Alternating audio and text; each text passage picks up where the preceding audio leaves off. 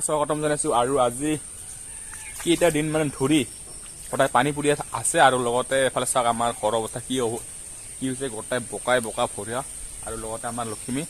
আৰু এতিয়া আপোনালোক সময় ধুনীয়াকৈ দেখা দিবলৈ চেষ্টা কৰি আজি আমাৰ গাঁৱত যে বহুত পিছলা আৰু যেনেকৈ বানপানী হৈছে আজি সময়ত ধুনীয়াকৈ দেখা দিবলৈ চেষ্টা কৰি চাই থাকক শেষলৈকে ভিডিঅ'খন। এয়া চাওক আমাৰ বাটৰ অৱস্থা কি ৰকম হৈছে আৰু লগতে সদায় বানপানী একদম শুকাই যেনেকৈ সদায় বানপানী কি হ'ব, সদায় পানী পৰি থাকে। ইয়াৰ কাৰণে একদম বানপানী হ'বলৈ ধৰিছে। আমাৰ ঘৰখন চাওক মোৰ লেতেৰা একদম লেতেৰা হৈ আছে আৰু সদায় জিকি গৈছে। আৰু এতিয়া আপোনালোক ধুনীয়াকৈ দেখা দিবলৈ চেষ্টা আমাৰ গাঁৱৰ কেনেকৈ বানপানী হৈছে, ডাঙৰ হৈ গ'ল বানখন দেখা দিবলৈ চেষ্টা কৰি চাই থাকক শেষলৈকে ভিডিঅ'খন। আজি আপোনালোকক ইয়াৰ পৰা আৰম্ভ কৰিম বানপানীখন দেখাবলৈ। ইয়াৰ চাওক ধুনীয়াকৈ দেখাই আছোঁ আপোনালোকক বানপানীখন। ইয়াৰ আমাৰ গাঁৱৰ যিটো বানপানী আৰু এইফালে মাৰি আছে মাছ। ইয়াৰ চাওক পুৰা জাল মাৰি আছে আৰু এইফালে ভাঙি গৈছে আলি, যিটো একদম বান বহুত পানী ডাঙৰ হৈ যায়। এইখন আলিখন ভাঙি গ'লে ইয়াৰ চাওক আপোনালোকে নিশ্চয় দেখা পাই আছে, ধুনীয়াকৈ দেখাই আছোঁ আপোনালোকক বান।